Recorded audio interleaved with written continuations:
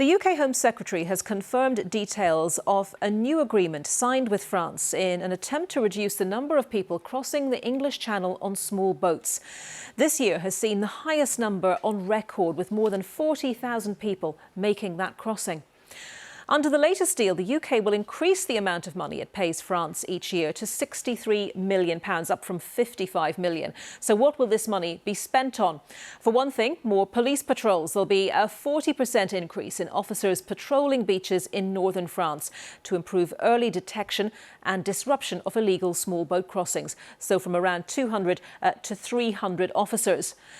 There'll be an expansion in surveillance, so more CCTV and dog detection teams in France to prevent illegal entry via lorries. And for the first time, UK officers will be embedded with French counterparts to understand the threat and help inform deployments. But there are concerns that although the deal may disrupt the people smugglers operating in France, it's unlikely to end their trade. This first report is from our correspondent, Lee Milner. More migrants being led off boats in Dover. So far this year, more than 40,000 have made the perilous crossing, the highest number on record. Today, the Home Secretary Suella Braverman signed an agreement that will increase the money the UK pays France from around £55 million a year to £63 million. This will fund extra patrols on French beaches, increasing the number of officers involved from 200 to 300. There will also be more use of drones and night vision equipment, and both UK and French observers will work together in each other's control rooms to help coordinate their deployments. What's important is that in order to solve the problem of illegal migration on the Channel, we take a multi-dimensional approach. There's no single answer, there's no quick fix, there's no silver bullet. Our cooperation and collaboration with the French on the Channel, on the UK coastline, on the French coastline, is absolutely integral to ensuring that there is a robust barrier preventing people disembarking from the French beaches in the first place. But the British government has always stressed that there is no single solution. And while this renewed deal aims to further disrupt the people smugglers operating in France, it's unlikely to put an end to their trade. Lee Milner, BBC News. And I'm joined now by our correspondent Simon Jones, who's in Dover for us today. Simon, the UK Home Secretary is saying that there are no quick fixes to this issue. The many tens of thousands of people who are brought by people smugglers across the Channel to Britain. But there is a huge amount of political pressure on her, isn't there, for this deal to make a difference pretty soon? There's a huge amount of political pressure both on the British and French governments to get a grip of this issue. Now, the line we're getting from the British authorities this morning is that this new agreement takes cooperation to a new level that we haven't seen before. But in reality, we've heard many times in the past of new agreements, of closer cooperation, but the numbers have continued to rise. And the statistics show that currently the French authorities are stopping around 42% of crossings, but it's thought that level would need to go up to about 70 or 80% to really make a dent in the market for the cross-channel people smugglers who are organising these journeys. And as we speak here in Dover, there are more crossings taking place because down there at the port, there's currently a border force vessel which has brought in a group of, we think, more than 100 migrants to shore because it's pretty calm out there in the Channel, and it has been calm for the last couple of days. And we've seen the scale of this issue because on Saturday almost 1,000 people made the crossing. Yesterday it was more than 850 people making the crossing. And although we're hearing from the British Home Secretary Suella Braverman that this new agreement is not going to solve the problem overnight, it's not going to solve the problem on its own, I think there will be real pressure to see a fall in those numbers and see a fall in those numbers quite quickly. And the reality is the government cannot simply rely on the fact we're going into winter and on bad weather, because as we've seen in the past couple of years, the crossings have continued all year round. And Simon, give us a sense of what the number of people arriving there on these small boats into Dover, what the community reaction has been and the strain that this has put on resources locally. Well, when you speak to people locally, they are extremely concerned. Particularly, there's a small community near here at Alecliff, and a couple of weeks ago, some boats landed on the beach here in Dover, and then migrants were seen wandering around that area. One even got into a person's home and asked to use the phone, and they say they find this a worrying experience. So, in terms of a new deal, I think they say we'll believe it when we see it, if it will actually make a difference. And that's reflected by the local MP, the Conservative MP for the town, Natalie Elphick. Now, she has said that this deal simply doesn't go far enough. It falls far short of what's needed. What she wanted was joint patrols on beaches in northern France. So you would see British border force officers out on patrol with their French counterparts with some powers to try to stop boats setting off. But I think French sovereignty would not allow that to happen. What we have instead is talk of British immigration officers being stationed in control rooms over in northern France for the first time to allow better cooperation between Britain and France. But in terms of the reaction here, well, people see on a pretty much daily basis when it's calm. What we're seeing now, people being brought to shore. And the question is, when is it going to end? And certainly here in the county of Kent, local politicians have come together saying the sheer number of people arriving is putting a huge strain on public services, on health, on education. And they've even gone as far as to say that Kent is at breaking point regarding this issue. Simon, thank you very much. Simon Jones there in Dover.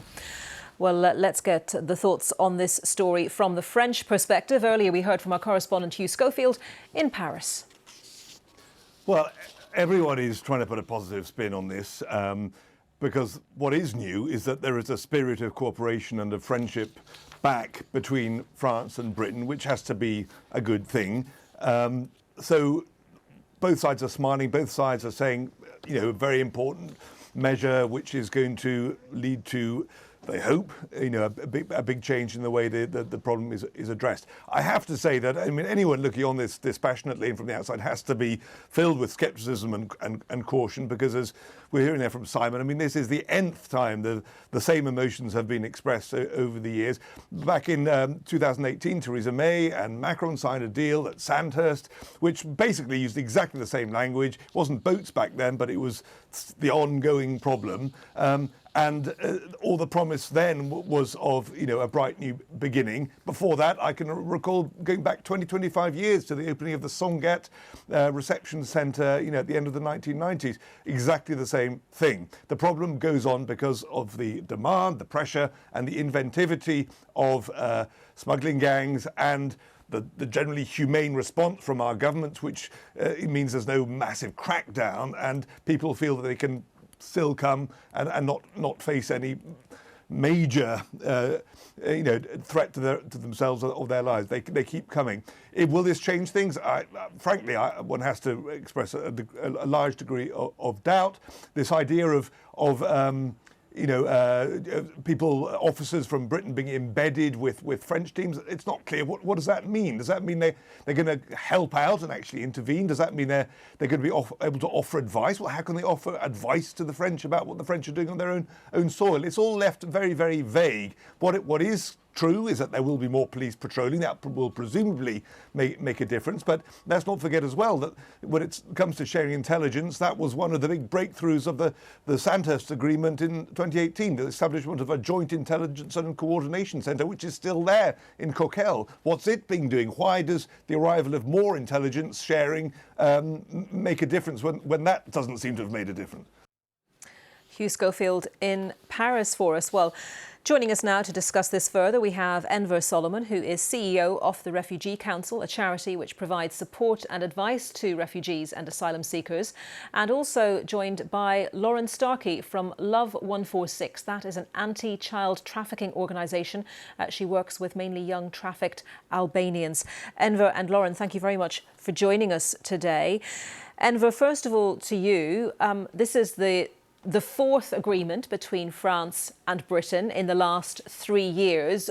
What do you make of what you've heard so far today? I'm inclined to agree with your correspondent, Hugh Schofield, who suggested that it's very unlikely to make a huge difference. It's just a continuation of an attempt to try and use enforcement and security measures to tackle what is a more complex problem. And I fear that the government is failing to really understand the drivers here. The reason people are making these journeys is because they're displaced by war, bloodshed and terror. There are far fewer safe routes into Europe and into the UK. If you're trying to join a family member in the UK, for example, who's already got here from Afghanistan, you can't do it. You have to take a dangerous journey and come across the channel. If the government were to see this as a global challenge, work collaboratively with nations across the globe to address the issue of refugee displacement, and critically to look at safe routes so people don't have to take dangerous journeys, it would in the long run have far more success. You can't simply solve this through enforcement alone. And the government, of course, says that it is working collaboratively. It says this latest deal is an example of that. And it, presumably you would agree that it has to do something to try to stop this trade, the people smuggling trade that's going on. It absolutely has to do something, but we should be targeting those controlling the trade much more than the victims of it who have to take the dangerous journeys. And remember, 3/4 of those that come here seeking asylum are found to be refugees. So this isn't just a question of them all being economic migrants. Target the gangs, but critically, we need to be working right across the EU. When we were part of the EU prior to Brexit, we were part of a shared arrangement called the Dublin deal. We don't have that any longer. So we have no mechanism to address what is a challenge for the whole of the EU. Remember, 120,000, far more, crossed the Mediterranean last year to try to reach safety in Europe. But vitally, we need to understand this as a refugee challenge. Well, let me bring around migration solely and economic migrants. Let me bring in Lauren Starkey now from Love 146, that anti-child trafficking organisation working mainly with young trafficked Albanians. Albanian nationals have come in for a lot of attention in the media, haven't they, in recent weeks. Tell us a little bit more about the organisation and how many people that you're working with. Are you seeing a steady increase in those numbers? We are, yeah. So as an organisation, we receive referrals for young people who either have been trafficked or are at risk of being trafficked and exploited. And what we've seen that's trending nationally is a marked increase in the number, in particular, of Albanian young people being trafficked into the UK. And what really concerns me about this deal that's been announced today is this is, as you pointed out, this is the fourth or fifth or something new deal that's been signed. And consecutive Home Secretaries have announced these deals with France. But what none of them have done is address the issue that's causing the trafficking. We've seen an exponential rise rather than a decrease. And what this new deal doesn't do is offer any protection whatsoever to victims of trafficking. You can't tackle trafficking by punishing the victims. And what we're seeing is victims left languishing in the asylum system in this enormous backlog. They're unable to come forward and cooperate with the authorities because they are living in fear of being returned to Albania or to any home country. So without addressing what it is that's driving people to leave, the lack of safe routes to get here, and then the protection of trafficking survivors once they get here, none of this is going to put a stop to the trade in trafficking. What is being done by the Albanian government, and are there any substantial discussions going on between the UK and Albanian governments as far as you're aware, Lauren?